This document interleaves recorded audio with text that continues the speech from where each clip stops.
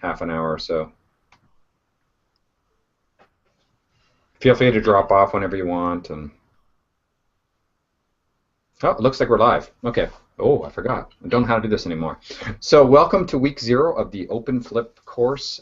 Some of you might be watching live, but we're probably just a chat between myself, Alan, Brian, Laura, and Laura. I'll give a little bit. I'm going to do a screen share here and show some people some promo stuff. Let's see if I can get the right one, and then we'll get to chatting. So this is the open course on Flip Learning. I've been doing this for the last 2 years now. If you go to 2 different URLs, you can go to TheOpenFlip.com or aulainvertida.org, and you get to this page, and it talks about the past versions of the course, a little bit of other information, summer 2004, etc. You can go and actually look at the archived versions of this course. So if you want to cheat on your assignments, you can go and look at the past. And if you're really interested in signing up, feel free to put your name and email here, and I will contact you. If you click on this top link here, which I should make it easier to get to, you get to the actual course that we're offering this fall for 8 weeks.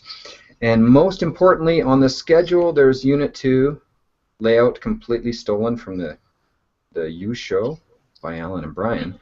And you can find out what you're supposed to do in this week. Basically, this week you should be setting up your blog, setting up your recording environment, and writing a post and recording a video about what you expect from this course. There's a couple of videos there explaining what we're doing. In English and Spanish, I will give support for this course in both of the languages I speak. So I'm going to stop screen sharing. All right. Nice. So I'll welcome my guests for today.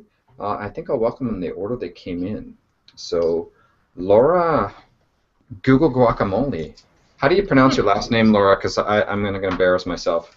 It's Laura Gogia, but I go by Google Guacamole, so that works. Excellent. So give us a quick who you are, what you're doing. Okay. I am Laura Gogia. I am the graduate fellow at the Academic Learning Transformation Lab at Virginia Commonwealth University.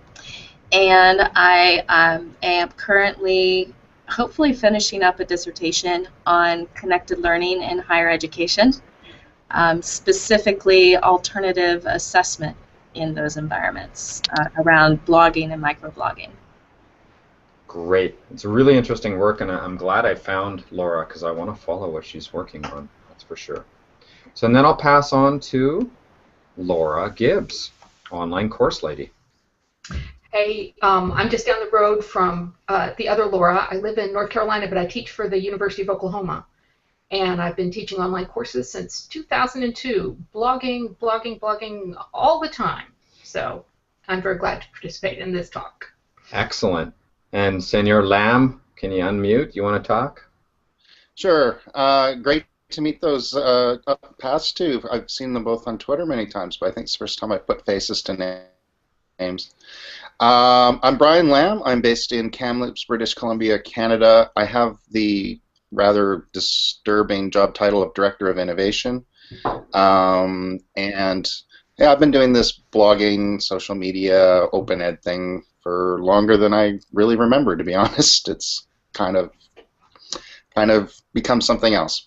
So anyway, yeah, thrilled to be working with Alan and Ken on the Guadalajara project. It's been great to be seeing them again in about less than 2 months. Yes, indeed. Thanks, Brian. And on to Alan, reporting today from Chicago. Hey, you're stealing my intro, man. But I say follow all the Lauras because my favorite Lauras are right here in the room. And I got inspired to blog by Brian Lam. He was doing it before me, so probably started mine in 2003. I'm Alan Levine, itinerant web geek, based in Strawberry, Arizona, currently in Chicago, Illinois, moving about, visiting people. I saw Laura Gogia just a couple weeks ago down in Richmond. And so, of course, you know, through my connection to Brian, made the connection to Ken, somehow got me in Mexico, and these things just seem to happen. Got to come back and stock up on tequila and tacos. See. Excellent. So I got a couple things I'll touch, but I'll leave those at the end, and I want to talk to people about how to make sure they set up their blogs because some people have set up their blogs, but they sent me the wrong URLs. But Alan probably knows all about that. It's an old song. For doing connected courses. We're 0 for 3 so far. All right, so I'll kick it off, and I'll just throw out there, why should people be sharing in terms of blogging? As an educator focus, why should we be sharing via blogs, via videos, via Twitter? Why do you think it's important for us? Who wants to jump in? Well, I'll leap in and just say my students are more interested in each other than they are in me. So when you build the class as a blogging network, they can learn from each other, get in touch with each other, just share all kinds of stuff with each other. It works. So. Excellent. So your students are posting on their own blogs or in a set-up blog for courses? I used to use a Ning as a group blogging platform, but about, I think, 3 years ago, I switched to the students having their own blogs. They pretty much all choose Blogger, but some of them are using WordPress. We just now got a domain of one's own pilot running at my school, so I have a couple students who are interested in that. But, you know, I'm platform neutral. As long as they have a blog that has an RSS feed for the posts, for the comments, it's all good. Some of them do their class projects in a blog form. Some of them do websites for that. But, you know, my goal is just get them online in the open somehow, whatever they're motivated to do. Excellent. I was going to ask something because I was thinking about this the other day, Laura. If your students get started, a lot of them might start blogging because of your course. Have you seen them continue and gone back and looked, wow, it's like, did I trigger that off? Yeah, and that's what I love. This one student, in fact, just yesterday wrote me and she said, can I use labels in my blog that are different from the class labels? And I knew what she wanted to do because she runs she participates in a rabbit rescue service, and she's always in her sort of free form, end of the week, what are you doing blog posts, writing about these rabbits, and people are asking her about rabbits, should I adopt a rabbit? And so now she's got a rabbit section in her class blog, and I'm sure she's going to either continue that on or create a rabbit blog separate from this one. So that's just one example, and whenever that happens, I figure that's it. That's like the gen ed total success, is to have that happen. And it was great that she asked, because Alan knows that if we have students participating in a connected course and then they start posting about random things like tacos, it starts showing up on our course feed. Well, I teach mythology and folklore. What's not mythology and folklore? Everything fits. So. Excellent. Someone else want to jump on that while I pour my coffee? Pour me some coffee, man. So One of the things I always... Oh, I'm sorry. Please go ahead, Laura. Oh, no, I want to hear what you have to say. Senor Lamb, our senior blogger. I'm sorry. I'm steamrolling. I just would amplify, too, there's the benefits of blogging as an online writing medium. I would argue that in this day and age, that knowing how to write and share and reflect and communicate and persuade and respond online is really a really core literacy right now. And the wonderful thing about getting your students into a public blog space as opposed to a managed learning management system is, I think it forces them to up their game a little bit. They know people are going to be reading it, not only in their class and not only in the instructor, but potentially people outside the class as well.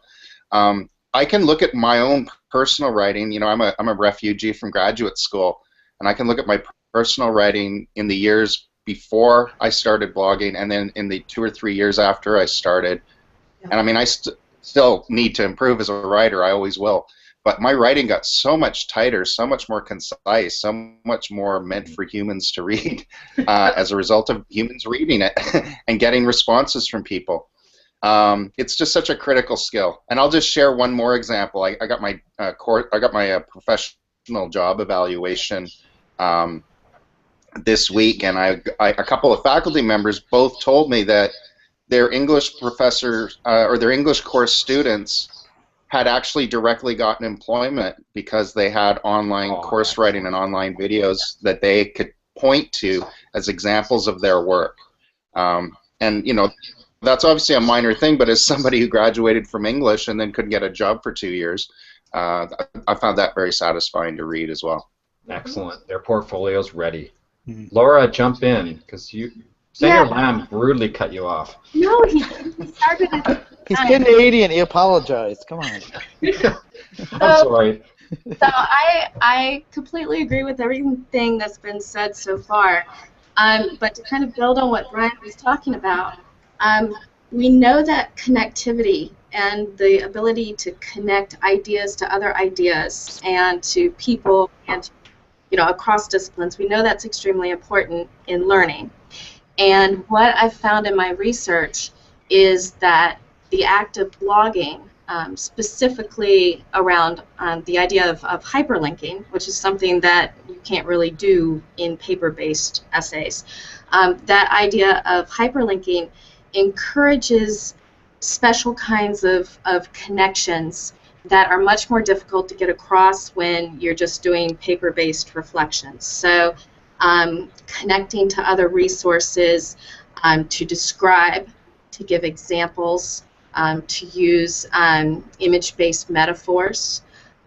These are all things that can be difficult to do when you're writing like in APA format and you want things to be linear and you want things to be cited at the end. You can use hyperlinks to cite and reference just like you do in APA, but what I've found is that when students have the ability to work in that blogging space and things are modeled for them and things are explicitly discussed and they're just given the freedom to explore what they're hyperlinking to, is that they use a bunch of other things, and that space can actually support a more robust kind of bush of linking that does not come across when you're writing linearly on paper. And if you tried to do on paper what you can do in a blogging space, it would be ugly, and you would say it wasn't good writing. But you can do that sort of kind of bushy, very thick, dense sort of writing in a blogging space in ways that still appear clear and concise and beautiful. Awesome. I'm going to just drop the mic right now. I think we're done. We're done. Yeah, let's go link. I think we're done. And Alan, are you going to disagree, or come on, stir the pot, bud? Come on, Alan, disagree. Let's go. Sharing is dead. I already said that. But honestly, I mean, the first part is that I've gotten to meet everybody here in the room in person as a consequence of this, and it seems pretty mundane now. But I mean, most of my important friendships and connections have happened as kind of a secondary, tertiary outcome of the public writing. There's a little bit of, like, I go back and forth. Maybe that's not the right word. A lot of times when you say, like, why share, and you're thinking of the outward. And a lot of people are worried about their audience and those sort of things. And it's important to realize that. But really, when I'm doing my blogging, it's totally for me. It's not about me like bragging about myself. It helps me think. And like I can't not blog. Like I get something in my head, and it really helps me to explain it. Helps me understand it to myself, and then to say it out loud. So really, when I sit down with that empty WordPress box, I'm not really thinking about how it will be read. I'm really thinking about how could I say it to myself in a way that might make sense to someone else, without really thinking them as an audience. But at the same time, it's so critical. And the teachers who have done these projects to shift from writing essays that get turned in and sit on the teacher's desk where the teacher is the audience, to the possibility of the world being your audience, changes everything for the students learning how to write. But I mean, we can extol the virtues of sharing from here to the North Pole for the end of time, but until people have that experience themselves, that's when it clicks in. So we can say this is important, students need to learn it. And I remember when UMW, when I was there, they were just doing their pilot with Domain in One's Own, and some of the students were doing their projects. They said, yeah, it was great to get a domain, but if you're just given a domain and like told, here it is, go do something with it, they're not sure exactly what to do with it. But when they've had the chance in the context of meaningful class assignments to do their writing, then they get to the point of thinking about, well, maybe I can take it out of what I've learned for doing this in a class project and maybe apply it to my own self-interest. Excellent. I like the point about giving your students visibility. It actually just came up because I was watching, Alan, your keynote that you made, and I was sharing with my students that because my student was geeking out about his blog, and he's going, "Oh, someone from England looked at my blog." He was looking at the Google stats, and I said, "Well, it's possible that that person could have saw it because I've been talking to Alan, and Alan's talking to Simon, and Simon's connected to this person, and maybe for some random reason they ran into your blog yesterday." I prefer they actually put a comment on it, and that'd be cool too. And so. The other thing I was going to ask, I was asking how to get your students involved, but we already hit that. What about like how to share? Like, do you need to share daily? Do you need to share weekly? Like, what's your way of getting onto that? Not sure. Well, I tend to cluster my blog posts come out when something interesting happens. Okay. I don't share for just the if I don't have anything to say. Right. And what about reading other people's blogs? That's one of the things I've worked on a lot, is how you set up a system where students can be reading each other's blogs, and I use randomizers to do that, because what happens is when you got a bunch of stuff going, like I don't run a nice front page the way DS106 is all like nice to look at, but I do have a blog stream and all that kind of stuff, and it's too busy. I mean, there's too much flowing through for people to sort of figure out how to engage. So I make little random groups every week, and that seems to work really well because I love the power of random. The students are really curious every week. It's like, who's in my group? Oh my gosh, the weird random forces put us in a group together this week, and then they can build on that. They can go back and look at the blogs of people that they met earlier in the class. But I use the randomizer to sort of like even the playing field and make sure that everybody ultimately is meeting everybody in the class. That's worked really well for me, and it just kills me that the learning management systems don't have tools like that built in, so you can slam all the content in there if you want. You can even have your students create content in an LMS if you want to. I don't, but whatever you could. But you don't have good discovery tools in there for them to connect, like Laura was saying, so that if they do want to write in a way that's other directed, that's sharing, that's looking for an audience where they want feedback, you need to figure out how to do that. So for me, random works. That's excellent. I think the part too that I want to emphasize that Laura does, that I started doing, because when I first started teaching DS106 and asking students to like figure out which of 30 blogs to read, I mean it's mad enough for me to figure out. I'm supposed to, but so I would start, like she says, I put them in comment groups in the beginning. I call 4 maybe, so they're only looking at 3 other blogs, right? And then maybe you expand that, and that's something I've really been keen on the way we designed the Agora project with our large group of 300, class size groups of 40, and these informal triads of 3. And so I've been thinking a lot about the different ways you can have those different levels that people can connect at, not one or all the above, but the small is really important, especially when they're starting. Right. And I definitely need to bring that to my classes. I should have done that. Darn. Oh well, next semester. What the other thing that people are suffering with, especially in a course like this, like right now we only have 15 people, but I've had 40 or 50 people in a course like this, and they just get so overloaded with, there's too many blogs, I can't read them all, I can't keep up, I'm going to drop out. Or don't read them all. Exactly. They think they have to read it all, or I give them 10 links and say choose a couple, and they don't get that they can filter and parse what they need to focus on. Educators or students.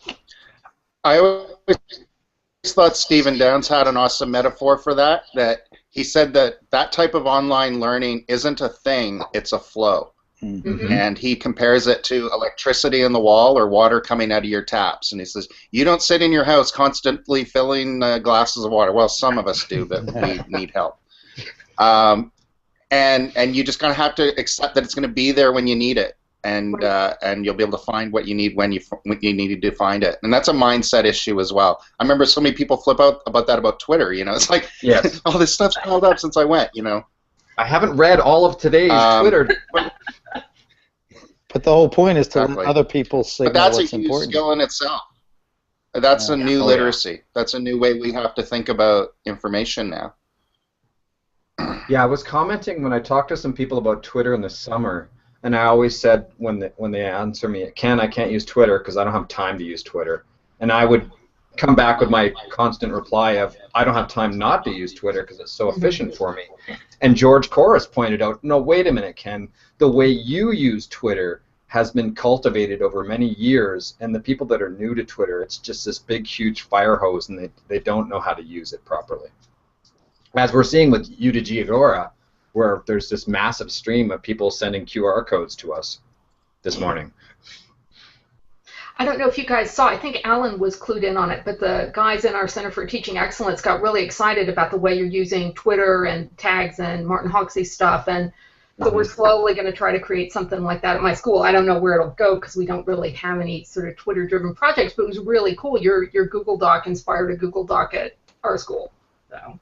That's cool. I mean, you have to, I mean, you think, oh, it's all on Twitter and it'll be there. But unless you think about proactively, if you're teaching a course using the hashtag, set up the Martin Hoxie thing or something before, because Twitter never gives you access to see like all the things that have been done with the hashtag. The API lets you see 2 weeks window. And so I don't know if it's technically impossible or they're just sitting on all that data. But it's suspicious to me. Stuff and the obsessive compulsive in us are archiving our own Twitter feed, a la thanks to Martin Hoxie's other tool set. Yeah. Yeah, definitely. I like that Laura points out that it's really important to share, and that we've all learned a bunch from each other over the last couple months because we're sharing what we're doing. And that's part of what we're trying to get across here. Oh, and just to say, because I mean, you know, Alan's here and everything.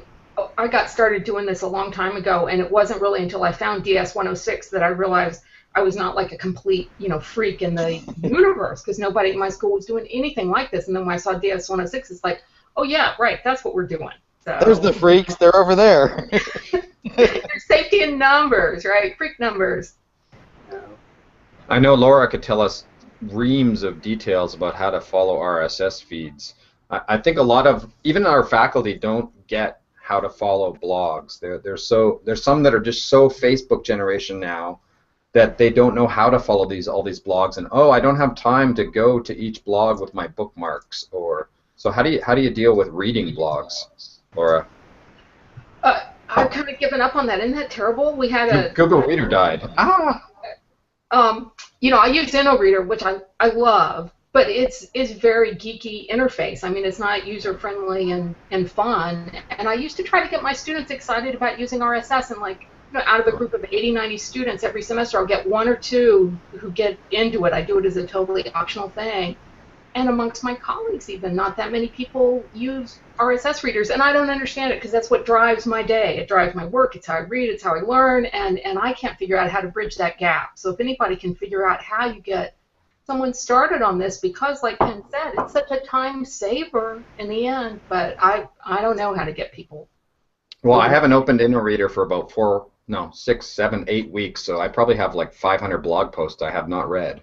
Yeah, can I make a confession? I'm going to make a confession, whether you want to hear it or not, is that I don't follow blogs. It has never been a successful approach for me. I get all of my blog post reading out of Twitter.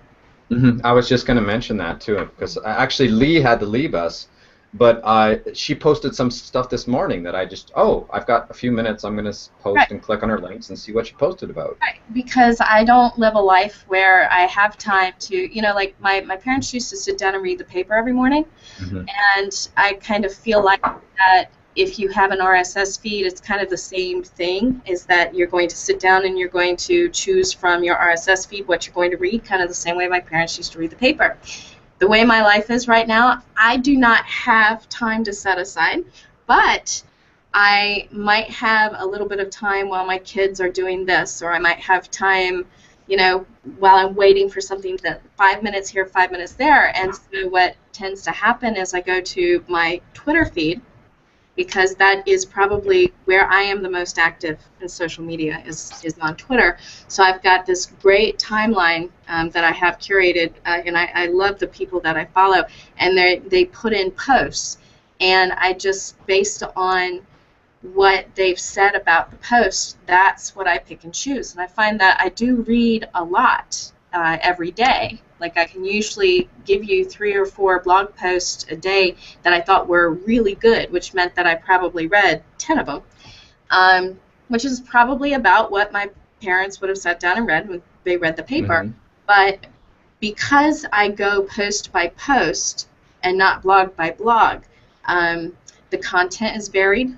I can choose different disciplines or different topics based on how I feel that day, what I need that day, what's interesting in the world that day.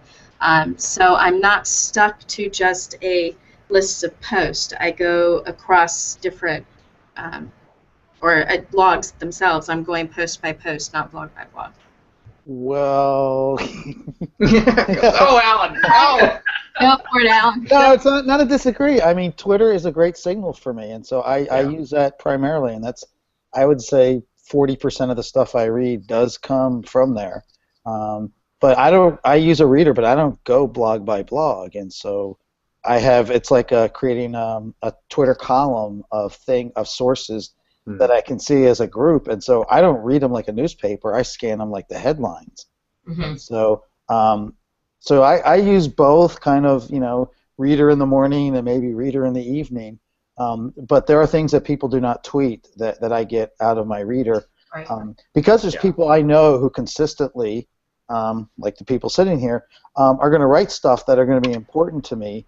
And then other things like, the Open Culture blog. Yeah, they tweet their stuff, but I miss stuff. So, I'm using them together, to kind of be my stream of things. But, I'm down to pretty much Twitter and my feeds. I don't do Google Plus hardly ever, and I don't do Facebook.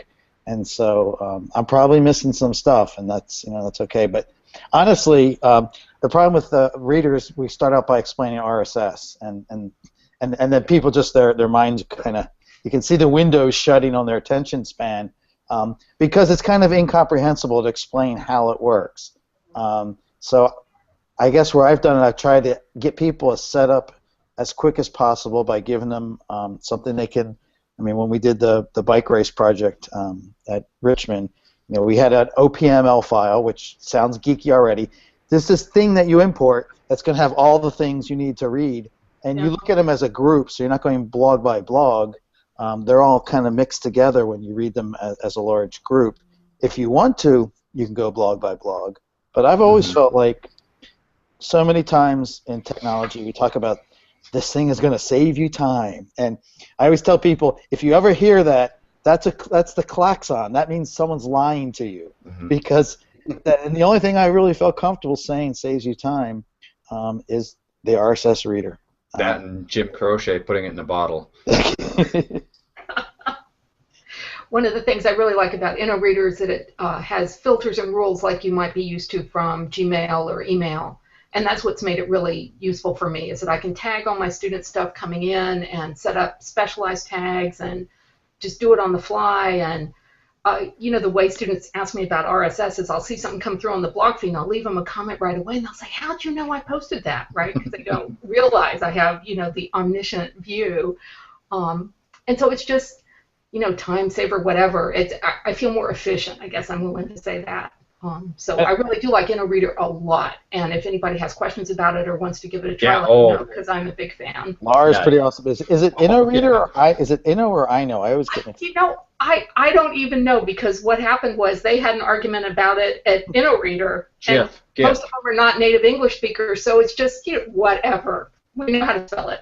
We know how to find it online. I mean, what Laura has done with that is basically a lot of the functionality that we programmatically built into the syndicated courses, and she's done it without doing any code. Right. And so what she's done is brilliant, and I'm a big fan of it. I still don't understand InnoReader enough myself because I'm a casual user, but it's super powerful, and I love that there's multiple strategies to go about that. The other thing I use feed readers for is I create feed bundles for my students' blogs so I can scan their comments. Right. Yeah. And to me, that's really important, because otherwise I don't want to have to go student blog to blog to see if there's new post or if they've been doing commenting. So if I can just glance and see what the commenting activity is by what's new. Yeah, I need to build that into my setup. To see the comments. I mean, they're just, you see all this stuff going on, you realize, oh, they're all being so nice to each other and they're having such a good time. It just makes me feel good as a teacher to see that comment stream go by. Makes your Friday afternoon great. I think it's really important to say that everyone has their own way of doing it and getting their feed. I actually feel guilty about using paper.ly to create that kind of condensation of my Twitter feed. When I was gonna remove it. No, I was gonna remove it, Al, because I think it's kind of obnoxious to auto-post it. But I had like 10 people say they love that every day when I send it out on Facebook or whatever. And I'm like, I feel stupid for sending out an auto-post, and they say thank you for linking me, and I'm like, well, I didn't actually. It's automated. I hope it makes you feel better that I posted and linked to you in Twitter. Well, it's another form of Laura's, random blogs to read. It does pull random stuff for you, and so if you get a sprinkle of serendipity out of it, I just think it's funny. Like just a lot of people really believe, wow, Ken is sitting down every day and assembling this. I'd have to figure out how to log back in and turn it off. So leave it on. Just leave it on. And while I'm dead, I'll be posting about this. Excellent. So I'm going to wrap up because we hit about half an hour, so I think we touched some excellent points. I'm going to actually send out a different feed for people and talk about what they need to get set up here because I got all sorts of alerts coming in on hurricanes. But I really want to thank Lee, who came in and couldn't stay with us. Thank you very much, and I hope to get you on again another time.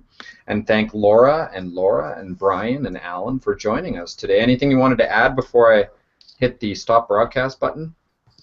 Get your head under a desk. Then I actually remember to start the broadcast and record this. This is a good thing.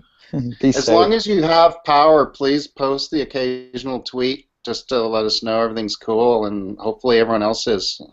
I'm just going to be worried about you guys all weekend. Yeah. Everyone. Yeah, I'm more worried about my friends on the coast. Yeah. Me too. It's a big one coming in. All right. Well, thank you, Laura. Thank you, Laura. Thanks, guys. I'll see you guys in December. And if you want to come on anytime, we've got a bunch of topics. This is focused on flipped learning. So the next weeks we'll be going through the FLIP of the 4 pillars of flipped learning. And if you want to jump in anytime or check out what we're doing, this course is open. It's free. If you want to share with your colleagues, hey, jump on in and learn about Flip or just experience a connected course style format. Come on in. You're welcome. All right? And have an awesome weekend, everyone. Thanks so much. I'm going to stop the broadcast now.